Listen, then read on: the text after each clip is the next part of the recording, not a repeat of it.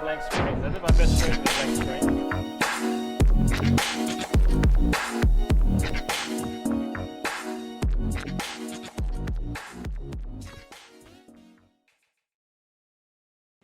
I'm the co-founder of the Aging Revolution.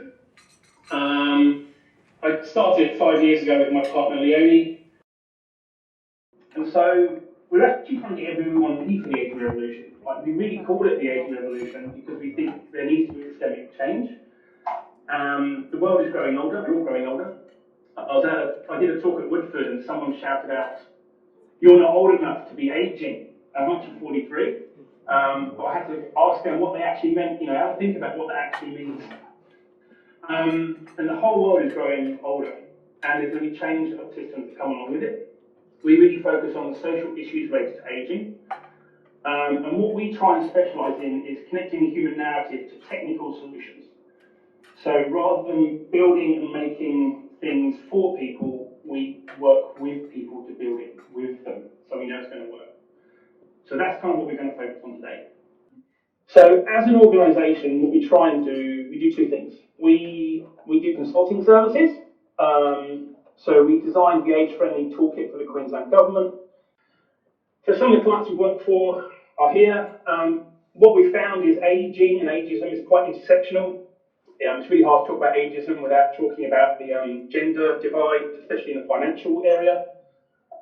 Also, it's hard to talk about ageism without talking about LGBTQ issues and age care activities, or when you're part of the COLD community. So we're doing quite a lot of work in all those areas, and work with those people.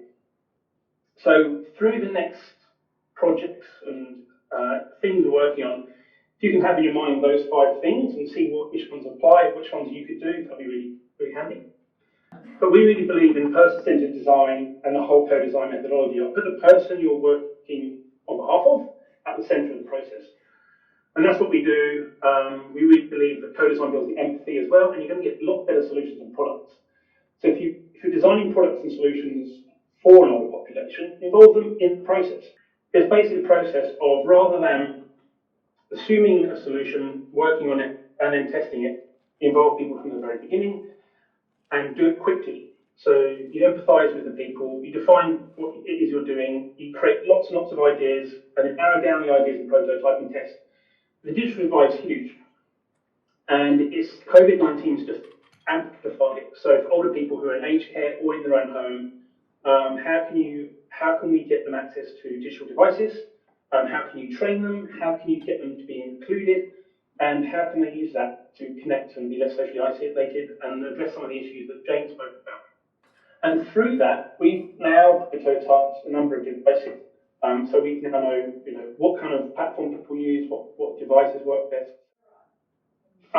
So we created an app. We're about to, we unfortunately had to shut it down. We're going to relaunch it again, and it's an app for carers, designed by carers. So this game called Age Runner is in prototype phase. It was developed because talking about superannuation is really boring for most people, and we were trying to think of a way where we could actually make it interesting. So this game, you're born onto the screen. You have 4 attributes. You have health, wealth, social connectivity, and happiness. And then you've got to pick things up and avoid things and make key decisions. And some of those key decisions are financial decisions. And depending on the decisions you make, depends on how long you live.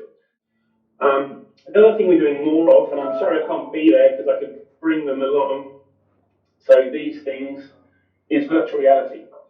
So we've partnered with an organisation called Equal Reality to create immersive VR training experiences. The reason we think it's great for training is because it improves retention. It's proven to do create behaviour change, which ultimately leads to better care, which is what we all want. And we're trying to get a group of consumers and also technology experts to come together to help organisations co-design products and technology to help older people, whether it be in housing, education, or care, how to make better products. So, and we started AgeTech Australia for that reason. So, thank you very much. That's my talk. I hope you got most of it.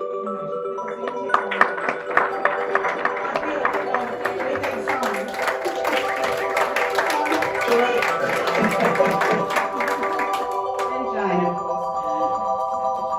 Okay, thanks everybody. to see you, maybe hopefully at the next one.